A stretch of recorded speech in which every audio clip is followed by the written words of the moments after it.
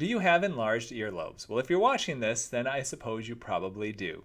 Well, enlarged earlobes occur in both men and women as we get older, and there are a number of reasons why.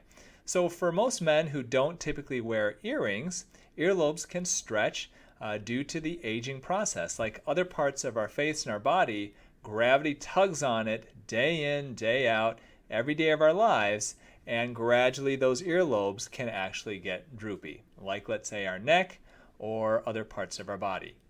For women who wear earrings, this can actually be worsened by wearing heavy earrings. The earlobes can actually stretch more and more as they get older, and that can cause the earlobes to elongate or get larger. So how do you treat it? Well, the only way to effectively treat it, unfortunately, is by using surgery. So let me show you how this works. So the cause we talked about is typically gravity, as well as wearing heavy earrings, or even fairly light earrings with time can enact its toll. And the treatment basically is to remove the excess earlobe skin, and we do this using a procedure that I call the Pac-Man earlobe reduction.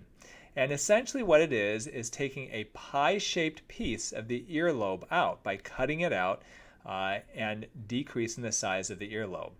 Now this is a very simple procedure where you can see on the diagram there just a pie-shaped portion of the earlobe is removed. We call it a Pac-Man earlobe reduction because the part that is removed looks like the mouth of a Pac-Man. So that's what some people call it. But essentially it is removal of a pie-shaped portion of the earlobe and then suturing that earlobe back shut. Now this does create a permanent scar, and that scar can definitely be visible, and there's even a risk that the scar can get thick.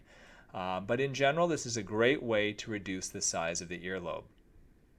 Now this is something that we can do both in the office under a local anesthetic, or quite commonly this is performed as an accessory surgery when people are having other surgeries done. So a lot of patients who have facelifts done will have an earlobe reduction done at the same time. Once again, the negative is that you have a scar afterwards. With that scar, basically, you have to be very careful because you can re-pierce the ear if you want in a different location afterwards, but you have to wait about 6 to 8 weeks prior to re-piercing. And you want to keep in mind that that scar, the strength of that scar is only about 80 to 85% as strong as the skin around it. So you do not want to pierce into that scar. You want to pierce next to it, but not actually into it. So once again, this is a very simple procedure. If you've got enlarged earlobes, if your earlobes have gotten longer with age, the only real way to treat it is to cut the excess earlobe out. This is the way that I typically recommend doing it. Now, if you do other research, you may find that some doctors will recommend reducing the earlobe by making a scar all along the border of the earlobe. Okay, so hopefully you can see what I'm pointing at. So instead of having a scar going kind of across the earlobe, the idea is to remove the excess earlobe all along the periphery. The problem with that procedure, and the reason why I really don't recommend it in most patients, is because it can cause some irregularity to the actual shape of the earlobe, and that's something that you may be able to see and can be quite visible and may cause the ear to look a bit funny.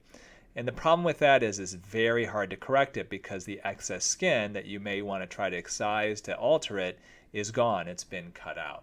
Okay, and that's why I do recommend the Pac-Man earlobe reduction if you've got enlarged earlobes. Well, I hope this was helpful for you. Enlarged earlobes is something that pretty much a lot of us, millions of us kind of deal with or will deal with as we get older. For some people, it doesn't bother them. For other people, they find that it makes them look older, and very simple way to treat it. Thank you for